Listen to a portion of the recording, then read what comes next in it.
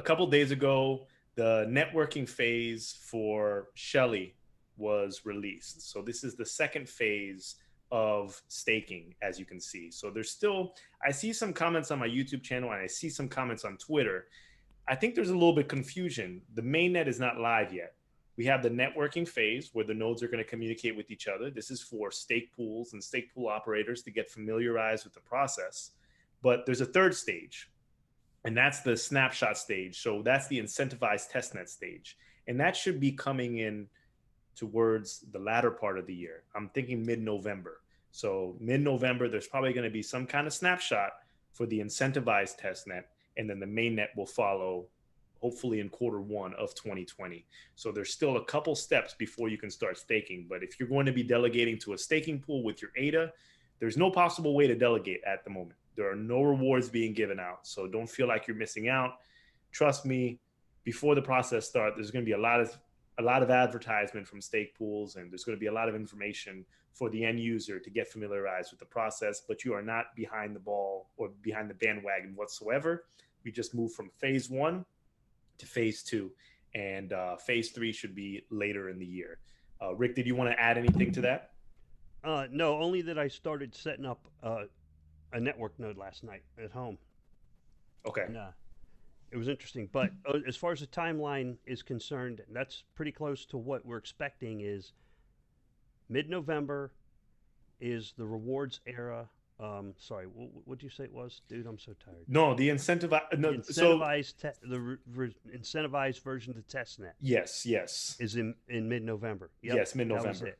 Yes, And the networking side is out. Networking side is up and running. It's I yes, mean it needs a lot of work. The documentation is not perfect. So if you do want to build a networking testnet staking node, there is still work in progress on the documentation. You'll see it update throughout the day sometimes. yes, And there's no Nix install yet as of today. Samuel Leathers is probably going to work on a Nix install, but we don't know. It's a menu install and compile from a tar.gz file on Mac and Linux, and also the same version for Windows. You compile, well, you don't compile it, you unzip it, you unpack it, then you configure it. And once you unpack it and configure it, then it'll be good to go. All right. yes, yes. We have But a couple questions that I wanted to jump to quickly yeah, sure. in the chat.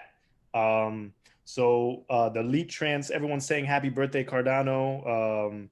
Hey, Quentin, how are you? Happy birthday to Cardano, to everyone else who's enjoying it.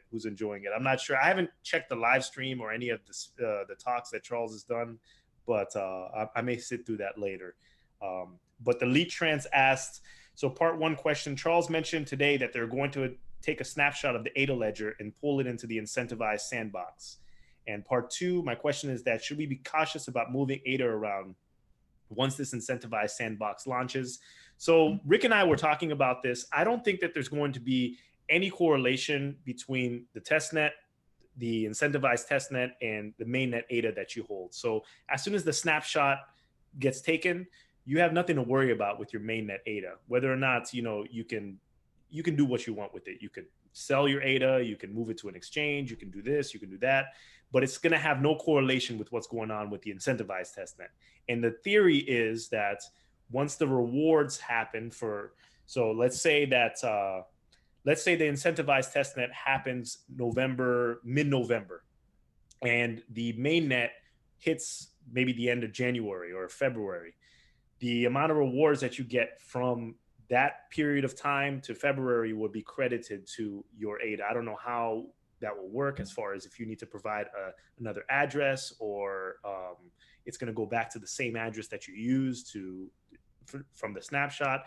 That hasn't been figured out yet, but the two are completely different and they're separate, and you don't have nothing to worry about after the snapshot. Rick, did you want to add anything to that? Yeah, just pay very close attention as the time approaches. Okay, Yes. I get a lot of questions on Telegram all the time about when staking. Can I stake on the test net? Can I use Daedalus? Currently, no. There's multiple test nets. If right now, if you connect a Daedalus testnet wallet to the Daedalus testnet, it has absolutely nothing to do with the Jormungandr testnet. Okay, so the details still need to be worked out, and as you know, the devil's in the details. So pay close attention starting in November and find out precisely what you have to do. Yes. Because the in my head is if you create the current version API address on the Gander testnet, how is that address? How are you going to take a mainnet address over to the testnet, allow it to stake and get rewards, and then move that over to the mainnet? I can't even like visualize what that's going to look like. So I'm going to be paying very close attention when the directions come out. Yes, yes. I And could see maybe vouchers or like a transfer saying, okay, this I don't know, I don't even know. It's yes. blockchain. We shouldn't need to do that. But I'm trying to piece it together, and it's not. I don't see the path. Yes, it's going to be a complicated process that IOHK is working on. I know that people are a little bit maybe disappointed that may not hit this year, but at least they're putting out an MVP, a minimum viable product, and we're getting the ball rolling. So that's important.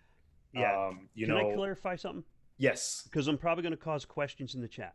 yes, The reason I don't see a clear path is I do not think the current dataless addresses that start with DD, I don't think once we're in Shelly, we can't use those addresses. So somewhere between now and then, there's going to have to be something to bridge the gap, like a hard fork where you convert those addresses into the Yoroi style scheme.